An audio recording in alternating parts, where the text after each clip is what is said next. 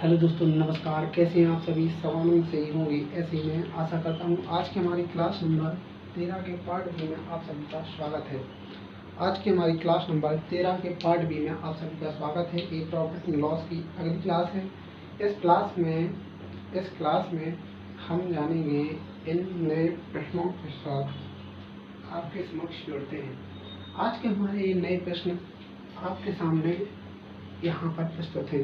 तो यहाँ पर आज का हमारा प्रश्न है प्रश्न नंबर 100। प्रश्न में क्या कह रहा है? एक व्यक्ति 3 वस्तुओं को समान विक्रय मूल्य पर बेचता है। पिछली क्लास में भी हमने ये समान विक्रय मूल्य वाला क्वेश्चन किया था, यहाँ भी देखेंगे। लेकिन वहाँ पर हम देख रहे थे कि यहाँ पर केवल 2 वस्तुओं की यहाँ पर बात की जा रही थी। इस प्रश्न में क्या बोला जा रहा है? 3 वस्तुओं को रखा गया है। तो यहाँ पर क्या बोला गया है? एक व्यक्ति 3 वस्तुओं को समान विक्रय मूल्य पर बेचता है। वह पहली वस्तु को 20% लाभ पर, दूसरी वस्तु को 10% हानि पर तथा तीसरी वस्तु को 25% हानि पर बेचता है तथा इस प्रकार उसे कुल 120 रुपये की हानि होती है। प्रति एक वस्तु का विक्रय मूल्य ज्ञात करें। ठीक है भाई। तो पहली कंडीशन हमारी क्या रहती है? पहली कंडीशन ये रहती है कि हमें क्या करना है कि यहाँ पर लिखा है क्या? 20% लाभ। तो 20% का मतलब कितना होता है? 1/4। ठीक है ना भाई? 1/5 25 का होता है। ठीक है। तो यहाँ पर कितना होता है? 1/5। फिर इसके बाद में बोला गया है कि कितने की हानि हो रही है भाई? फिर हो रही है 10% की हानि। तो 10% का मतलब होता है 10% का मतलब होता है 1/10। फिर इसके बाद में 25% का मतलब होता है 25% का मतलब होता है 1/4। ठीक है भाई। अब यहाँ पर बात की यही है किसकी भाई? यहाँ पर कॉस्ट प्राइस और सेलिंग प्राइस के मध्य में बात चल रही है। ठीक है ना? जब मेरी कॉस्ट प्राइस कितनी होगी, मेरा क्रय मूल्य 5 होगा, उस पर मुझे 1 का लाभ होगा, तो मेरी सेलिंग प्राइस क्या हो जाएगी? 6 हो जाएगी। कॉस्ट प्राइस जब 5 होगी तो सेलिंग प्राइस कितनी हो जाएगी? 6, जब हमें 1 रुपये का प्रॉफिट होगा। फिर इसके बाद में सेकंड कंडीशन में बोला गया है कि पहले कॉस्ट प्राइस कितनी है, दूसरी वस्तु पर 10 है और 1 की हानि होगी, तो कितने का? 1 का लॉस हो जाएगा, तो हमारी सेलिंग प्राइस 9 हो जाएगी। फिर थर्ड कंडीशन में क्या बोला गया है कि कॉस्ट प्राइस है 4, कॉस्ट प्राइस है 4, 1 की हानि हुई तो सेलिंग प्राइस हो गई 3। ठीक है ना? तो टोटल कंडीशन यहाँ पर देखने को मिल रहा है। यहाँ पर प्रॉफिट हुआ है 1 का, यहाँ लॉस हुआ है 1 का, यहाँ पर लॉस हुआ है 1 का। यहाँ पर 2 कंडीशनों में क्या हुआ है? लॉस, और 1 कंडीशन में हुआ है प्रॉफिट। ठीक है ना? ओके।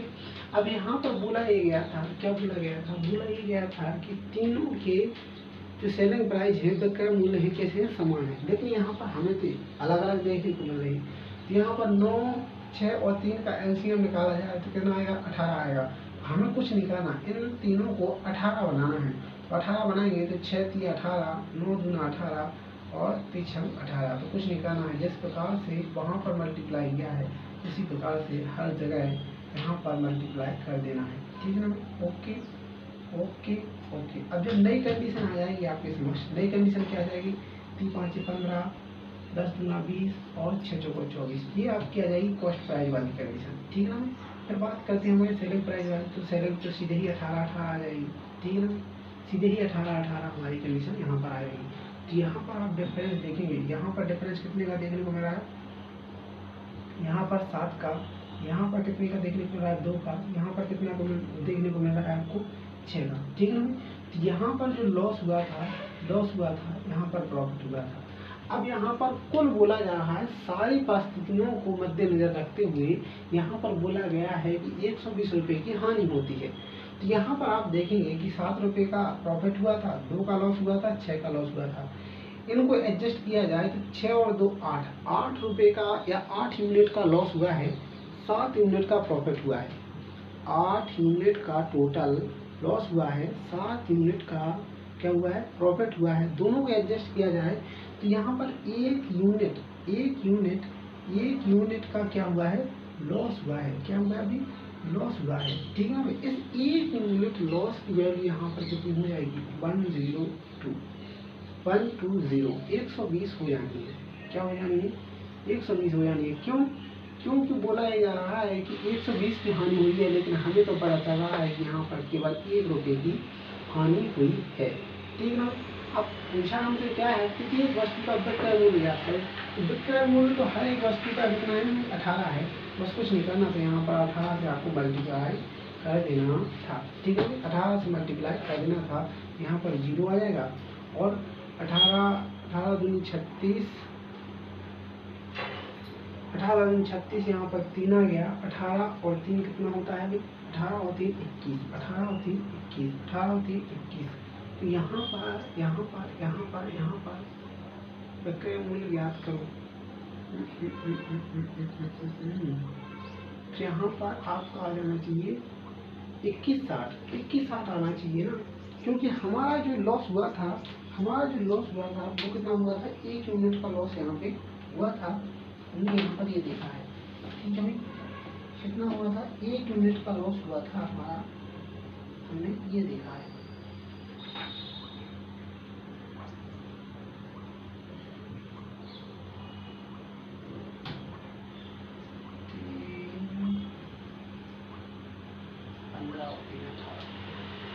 यहाँ पर 3 5 से 15, 3 5 से 15 तो सॉरी, यहाँ पर आप देखेंगे, यहाँ पर 7 ना लिखकर, क्योंकि आप यहाँ पर 25 मांग रहे थे, 25 नहीं है, यहाँ पर लिखा है 15 और यहाँ पर प्रॉफिट केवल 3 का हो रहा था। कितने का हो रहा था, तो यहाँ पर केवल प्रॉफिट 3 का हो रहा था, ना कि 7 का। मैंने यहाँ पर 24 समझ लिया मिस्टेक से, ठीक है ना।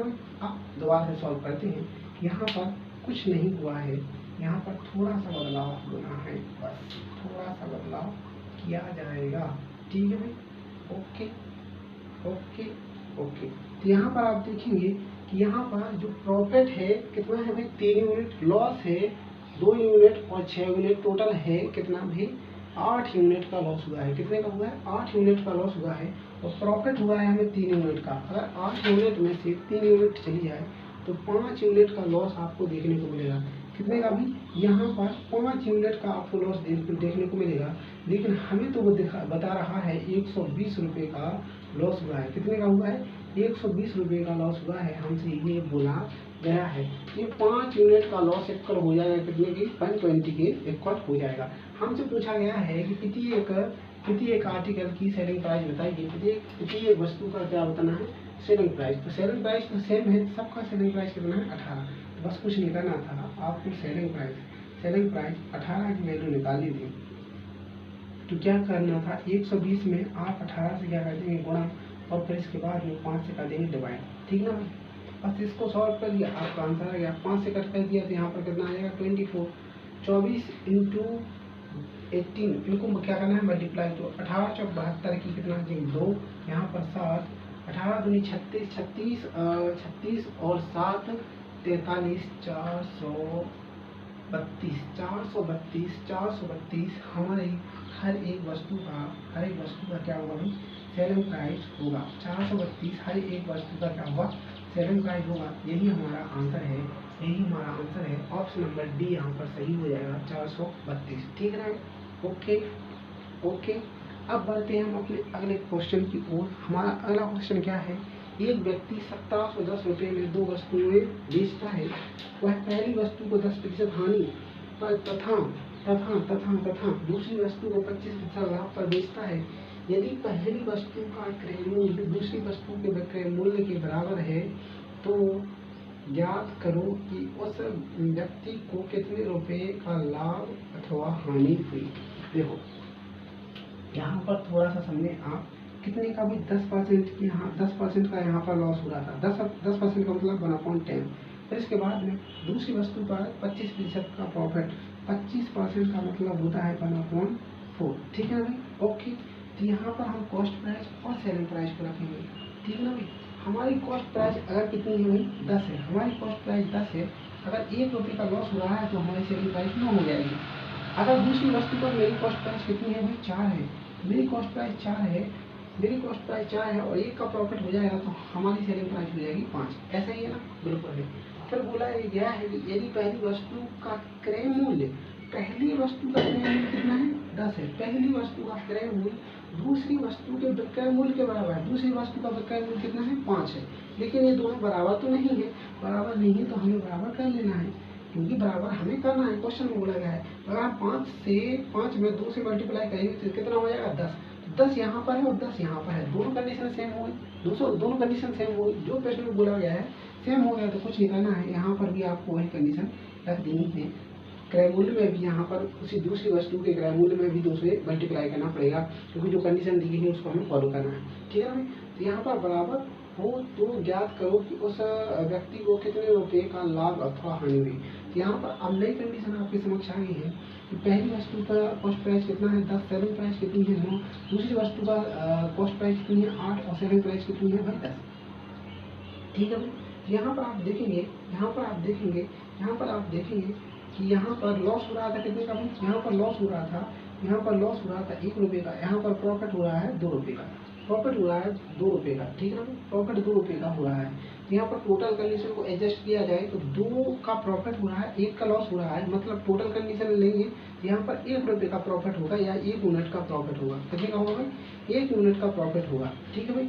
लेकिन हमें यहाँ पर क्या दिया हुआ है, एक व्यक्ति 1710 रुपये में वस्तुओं को बेचता है, यहाँ पर सेलिंग प्राइस तो हमारे पास कितनी होगी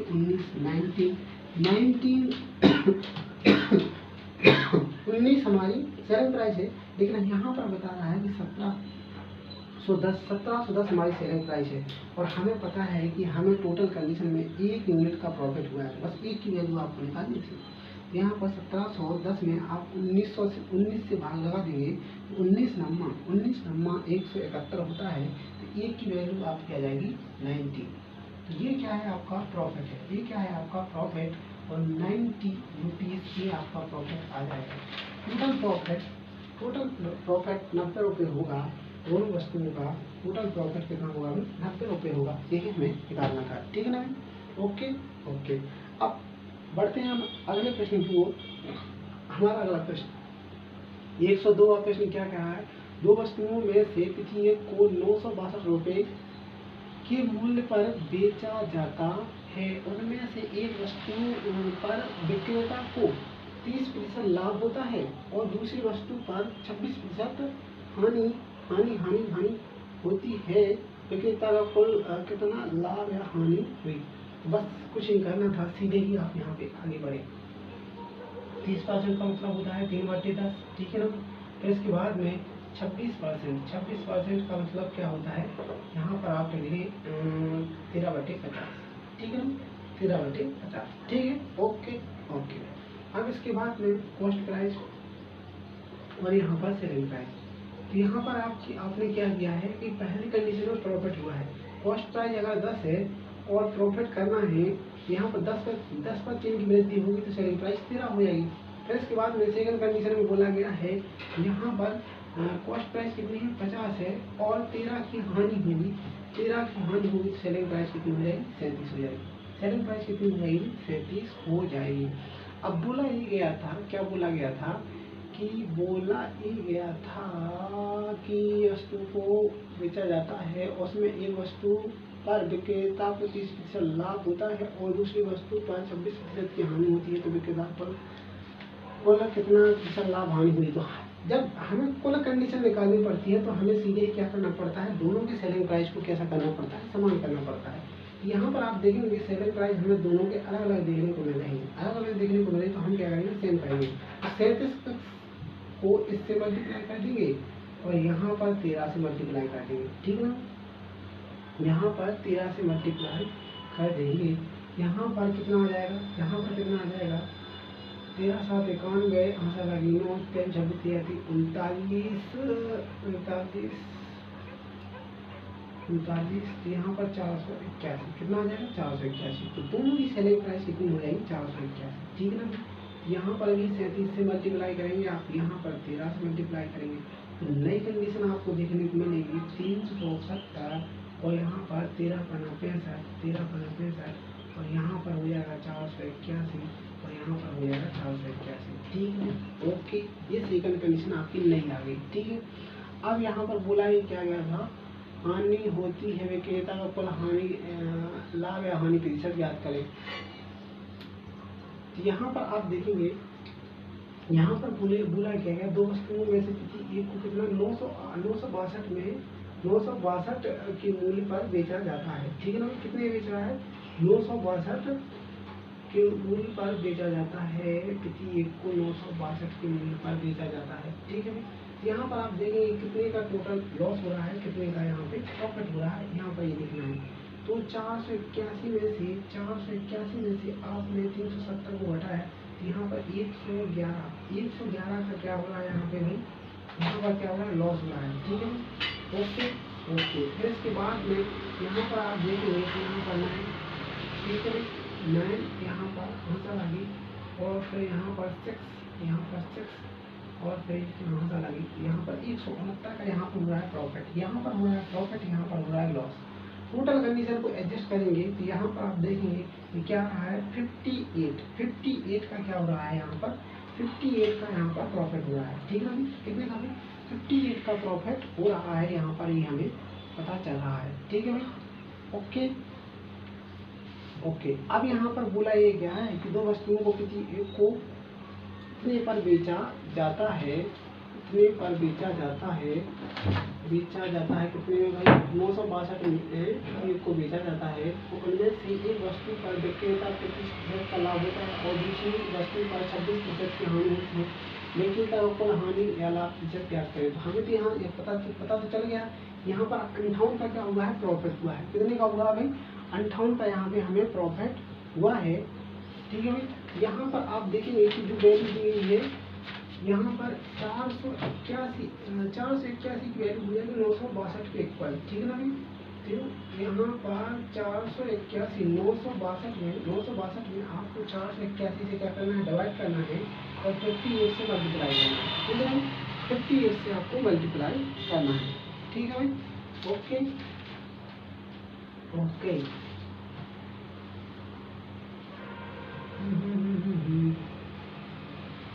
देखो यहाँ पर जो 962 लिखा है, वो 962 क्या है, इसको थोड़ा सा देखिए। जो यहाँ पर 962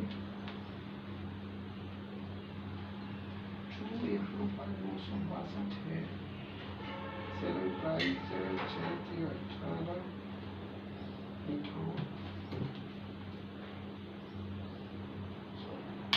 यहाँ पर आप देखिए, यहाँ पर थोड़ी सी मिस्टेक हुई है। क्या, यहाँ पर थोड़ी सी मिस्टेक हुई है, वो है क्या, यहाँ पर आप देखेंगे कि हमें निकालनी है क्या, कॉस्ट प्राइस से यहाँ पर प्रॉफिट निकलेगा। यहाँ पर आप रखेंगे क्या, कॉस्ट प्राइस। यहाँ पर कॉस्ट प्राइस हमारी टोटल कितनी आ रही है, टोटल हमारी कॉस्ट प्राइस आ रही है, इन दोनों को ऐड करेंगे, फर्स्ट कंडीशन और सेकंड कंडीशन दोनों को ऐड किया तो कितना आ रहा है, 0 और 7 5 बार की 2 हासिल आ गई, एक यहाँ पर 10 20 1020 क्या है, हमारी कॉस्ट प्राइस है। और ठीक है भाई, ओके। और हमें यहाँ पर दिखाया गया है कितना, 58, कितने का भाई, 58 का हमें क्या हुआ है, यहाँ पर प्रॉफिट हुआ है, 58 का हमें यहाँ पर प्रॉफिट हुआ है। ठीक है ना भाई, 58 का हमें प्रॉफिट हुआ है, ये हमें पता चल रहा है। ठीक है भाई, ओके। 58 का हमें यहाँ पे प्रॉफिट हुआ है, हमें ये पता चल रहा है कि 58 का हमें यहाँ पे प्रॉफिट हुआ है। और हमसे पूछा है क्या, प्रॉफिट परसेंट पूछा है। प्रॉफिट परसेंट की कंडीशन हम क्या लिखते थे, यहाँ पर 58 अपॉन 1020 इंटू 100%, सीधे ही हम इसको सॉल्व कर लेंगे। ठीक है भाई, ओके। एक जीरो से यहाँ पर एक जीरो खत्म हो गया। ठीक है, ओके। अब यहाँ पर आप देखेंगे, यहाँ पर आ रहा है 580/102। ठीक है, 580/102 ये आपका प्रॉफिट परसेंट वाली कंडीशन है। ठीक है, यहाँ पर जो आपको आंसर दिए गए हैं, तो कुछ आंसर यहाँ पर ऑप्शन कैसे दिए गए हैं, कुछ ऑप्शन ऐसे दिए गए हैं जो पॉइंट में हैं। ठीक है, एक सेकंड के लिए मान लेते हैं, अगर हमारे पास यहाँ पर कितना होता है, 100 होता, 102 ना होगा, हमारे पास अगर 100 होता तो यहाँ पर सीधे ही दशमलव कितना आ जाता, यहाँ पर आ जाता। ठीक है, तो 5.8 की समथिंग हमारी वैल्यू होती। तो यहाँ पर क्या आपको ऑप्शन में 5.8 दिख रहा है कहीं पर? ठीक है, 5.8 आपको दिख रहा है, बिल्कुल दिख रहा है। हमें ऑप्शन नंबर सी में 5.7% प्रॉफिट यहाँ पर दिख रहा है। इसके अलावा यहाँ पर 5.7% यहाँ पर क्या दिख रहा है, एक जगह हमें क्या दिख रहा है, लॉस दिख रहा है। लॉस तो हमें हुआ ही नहीं, हमें हुआ है प्रॉफिट। यहाँ पर ऑप्शन नंबर सी सही हो जाना चाहिए, 5.7% प्रॉफिट। तो यहाँ पर आप सीधे ही परसेंट यहाँ पर प्रॉफिट परसेंट, तो 5.7% ये आपका आंसर हो जाएगा। ठीक है, इसको आप सॉल्व करेंगे, क्योंकि अगर आप पेन से सॉल्व करके बैठ जाएंगे तो आपको टाइम लगेगा, इसलिए आप ऑप्शन से भी यहाँ पर अपने आंसर को शो कर सकते हैं। ठीक है ना, ओके।